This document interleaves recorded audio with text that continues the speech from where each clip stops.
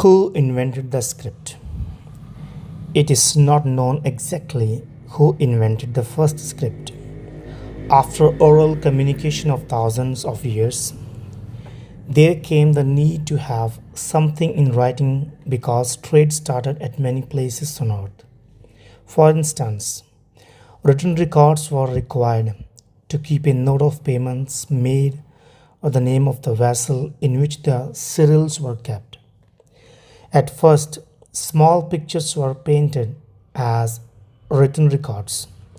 The first scripts, such as those of the Sumerians or the hieroglyphs of the Egyptians, developed from these pictures, to be followed later by the first alphabets. Today, we are going back to pictures, new cipher languages, and special scripts for the blind have been developed in the last century. So let's talk on what's an alphabet. So alphabets are a standardized set of letters, each of which represents a sound that is spoken out loud. The alphabets, unlike the hieroglyphs of the ancient Egyptians or the picture symbols of the Mayans, are not based on a picture system. The English alphabet has 26 letters, out of which 6 are vowels. The Arabic alphabet has more letters and is also read in different ways, from right to left. In the earliest alphabet that we know, there were letters only for consonants, starting from 1000 BC. The Greeks introduced letters for vowels. The word alphabet is derived from the first two letters of the Greek alphabet, alpha and beta. How did the Sumerians write? Many of the early script languages did not use any letters, but used small pictures instead. Around 3500 BC, the Sumerians in Mesopotamia, now in Iraq, invented the cuneiform script. Notches were made in wet clay tablets with a wooden handle. The clay tablets then dried and became hard. Initially, there were about 1500 picture like symbols, from which 800 simplified symbols developed gradually.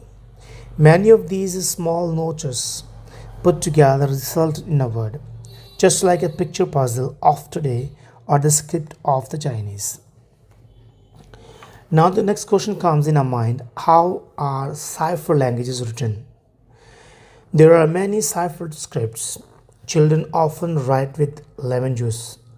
The writing becomes visible only on ironing the page. During wars, spies think of many complicated systems to communicate.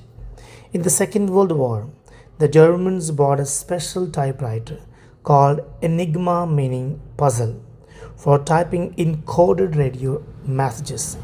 Its keyboard was connected to lamps.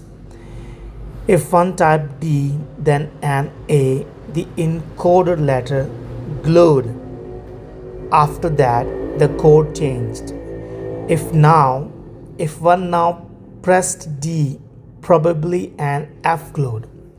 The receiving radio operator also had an enigma, which understood these messages. So now let's talk, how can the blind read? Blind people read by moving their fingers on raised dots. These can be on a metal or plastic or can be pressed out of the paper from below. Different communications or combinations of the dots result in letters, numbers, and punctuation marks. This dotted script was invented by 16-year-old Louis Braille in 1825. He had become blind when he was a small boy. In 1845, William Moon developed another script for the blind. It consists of rounded symbols which are based on the letters of the alphabets. People who are not born blind and become blind only later in their life find it easier to learn the Moon script as compared to the Braille alphabet. So, how were the hieroglyphs of the ancient Egyptians decoded? After being used for more than 3000 years, the hieroglyphs were forgotten, and with them was also forgotten the code for reading the 800 symbols. When archaeologists opened the burial chambers of the Egyptian kings, the pharaohs, they were unable to decode messages written on the walls of the graves. In 1799, a black stone with the text in three different scripts, one of which was a hieroglyph, which discovered by a French expedition near Rossette in the Nile Valley. Some names of known kings were written on this stone in all these scripts.